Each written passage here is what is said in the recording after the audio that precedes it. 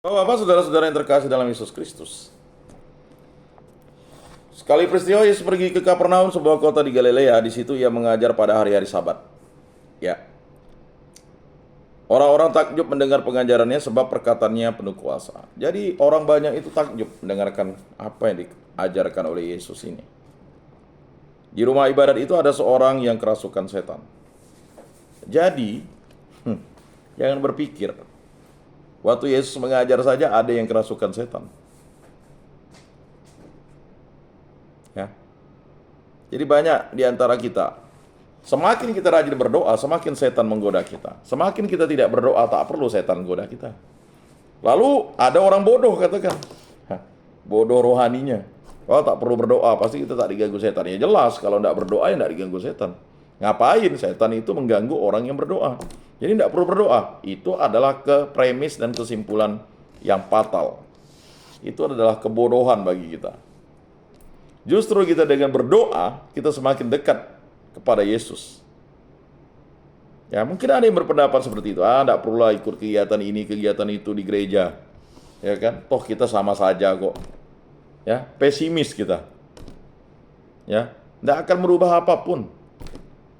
Terkadang kita sudah mengutuki diri kita. Dan akibatnya apa? Kita menjadi pribadi yang kerdil. Ya. Terkadang kita sudah memponis diri kita. Saya tidak bisa berubah. Ya. Saya tidak bisa berdoa seperti itu. Kita kritik. Saya tidak mau membaca di depan orang seperti ini.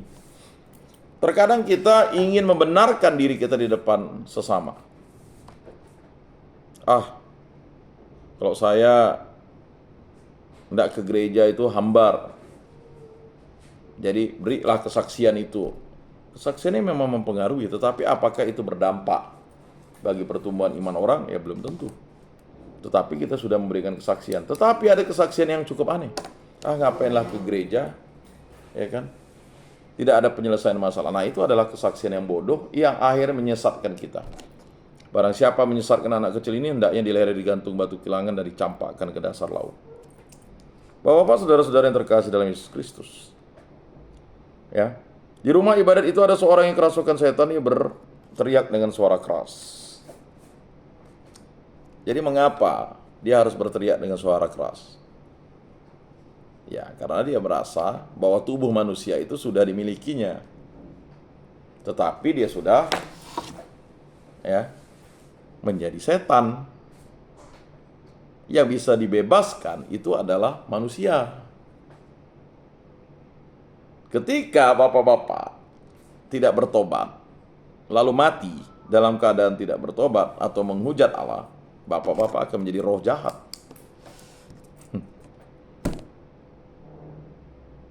Oh tidak Pak, kan kami sudah dibaptis. Ya, tapi apakah Bapak dibaptis lalu Bapak langsung otomatis begitu? Tidak, tapi apa yang dilakukan jahat sekali. Dibaptis.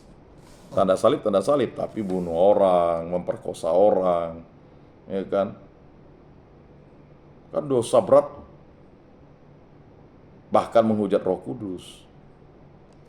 Hari Minggu tak ke gereja, malah main remi box, judi online, nonton game, main game, dan sebagainya. Nah, ini persoalan yang akan dihadapi ya. Jadi ia berteriak dengan suara keras, "Hai engkau Yesus orang Nazaret, apa urusanmu dengan kami?" Langsung setan ini ingin menjatuhkan Yesus di depan. Dia kan orang Nazaret tuh, orang kampung tuh. Terkadang kita sering ingin kita ingin menyanjung kawan, tapi sebenarnya kita ingin menjatuhkan harga dirinya. Dasar kau orang A, dasar kau orang B, langsung ke suku. Dasar badan kau, dasar, ya kan kamu nih, udah. Nah, maksudnya seperti itu. Jadi setan ini punya rencana busuk. Ya, memang dia sudah membusuk. Ya, dia punya rencana licik. Maka dia langsung mengatakan, ia berteriak dengan suara keras supaya orang tahu, oh ini nih orang Nazaret nih, ya kan? Engkau Yesus orang Nazaret, apa urusanmu dengan kami? ya kan? Nah, tujuannya ingin mengidentifikasi, ngapain? Bukan setan tuh percaya Yesus, bukan. Jadi ada salah kesaksian tuh. Lalu setan ya percaya Yesus, itu salah. Setan tuh sudah tidak percaya Yesus sebenarnya. Tetapi setan ingin menjatuhkan Yesus di depan orang banyak itu dengan mengungkit, oh Yesus itu kan dari Nazaret tuh. Nazaret itu apalah, suatu desa kecil kan. Orang-orangnya pun terbelakang, tidak berpendidikan. Maksudnya begitu. Tetapi semua dijungkir balikkan karena setan ya. Tunduklah kepada Allah, lawanlah iblis, lawanlah setan, dia akan lari daripadamu. Orang-orang itu kagum dengan Yesus. Dia sudah tunduk kepada Yesus. Makanya setan itu bisa dikeluarkan dari orang itu. Ya, orang itu hanya sebagai media saja. Karena setan sebenarnya ingin menguasai banyak orang itu supaya dia tidak kagum dengan Yesus. Nah, engkau datang hendak membinasakan kami. Nah, ngomong lagi deh. Jadi orang-orang itu yang sudah kagum itu mau dibuatkan, mau menjatuhkan nama Yesus. Ya kan? Karena setan itu paham bahwa dengan mengatakan itu, orang-orang nanti akan takut mengagumi Yesus. Engkau datang hendak membinasakan kami. Aku tahu siapa engkau. Engkaulah yang kudus dari Allah. Mulai lagi dia mengucapkan itu. Mengapa? Karena jelas ya, dalam 10 perintah Allah itu jangan menyebut nama Tuhan Allahmu tidak dengan hormat. Yang kudus dari Allah, berarti dia menganggap diri Allah dong. Nanti orang-orang itu akan diprovokasi untuk melempar Yesus. Jadi setan ini bukan dia percaya Yesus, tetapi dia ingin menjatuhkan Yesus. Kemudian dia ingin membuat orang tidak kagum lagi dengan Yesus. Kemudian dia ingin memprovokasi orang untuk tidak mengikuti Yesus. Karena Yesus dikatakan membinasakan, ya kan? Membinasakan, ya kan? Lalu, ya, dia ingin menjatuhkan Yesus. Karena kalau ada orang yang mengatakan dirinya Allah, dia akan dirajam pakai batu.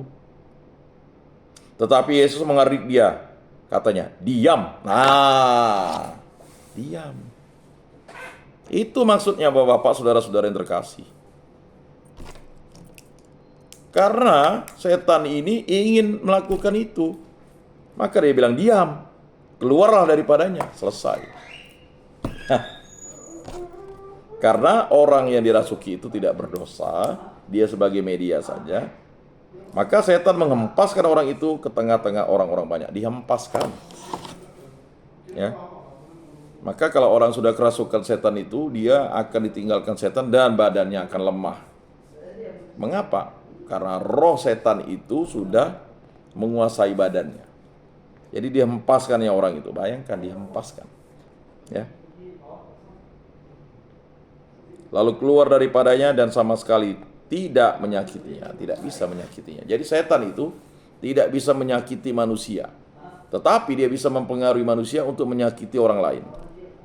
Nah, itu ya. Semua orang takjub dan berkata satu sama lain, alangkah hebatnya perkataan ini. Orang-orang ini masih tidak sadar bahwa yang berkata di depan dia itu adalah Allah. Tetapi dia hanya takjub, berkata, perkataan ini hebat katanya. Dengan penuh wibawa dan kuasa ia memberi perintah kepada roh-roh jahat dan mereka pun keluar. Jadi di sini mulai terjadi kontradiksi ya. Orang-orang ini hanya kagum, ya kan? Wah, hebat orang ini nih. Kekaguman itu hanya sebatas kekaguman duniawi bahwa dia bisa mengusir dan mengatur roh-roh jahat. Nah, disitulah nanti orang-orang ini menganggap Yesus mengusir setan dengan Beelzebul, penghulu setan. Jadi Beelzebul itu seorang ya dukun. Nah, dukun di daerah sekitar itu, yang kalau dia melakukan pengobatan itu, dia melakukan ritual-ritual, ya kan? Setelah itu dia mengusir setan. Karena orang-orang ini, ya, sudah terprovokasi, dia hanya takjub, ya. Jadi dengan penuh wibawa dan kuasa yang memberi perintah kepada roh-roh jahat dan mereka pun keluar. Jadi ada 3 kelompok di sini. Kelompok yang percaya Yesus itu punya kuasa, kelompok yang masih memikirkan kuasa itu, ada kelompok juga yang mengagumi tetapi tidak memikirkan bahwa perkataan itu berasal dari Allah. Memikirkan secara manusiawi, dan ini sering terjadi. Maka Bapak-bapak, saudara-saudara yang terkasih dalam Yesus Kristus, berbicara tentang iman akan Yesus Kristus itu bukan hanya berbicara. Ya.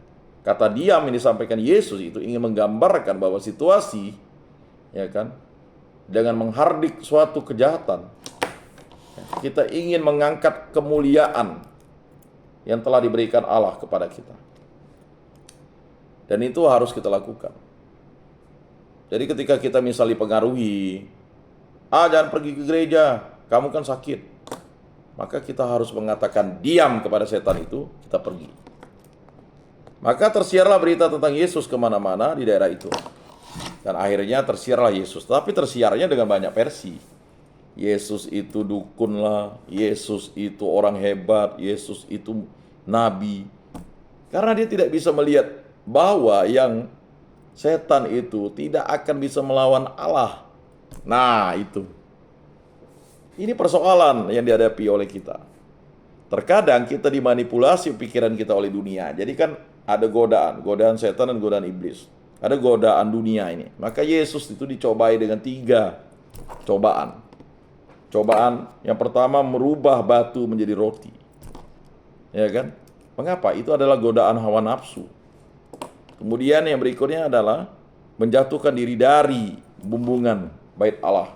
Nanti kalau dia jatuh akan terbantum.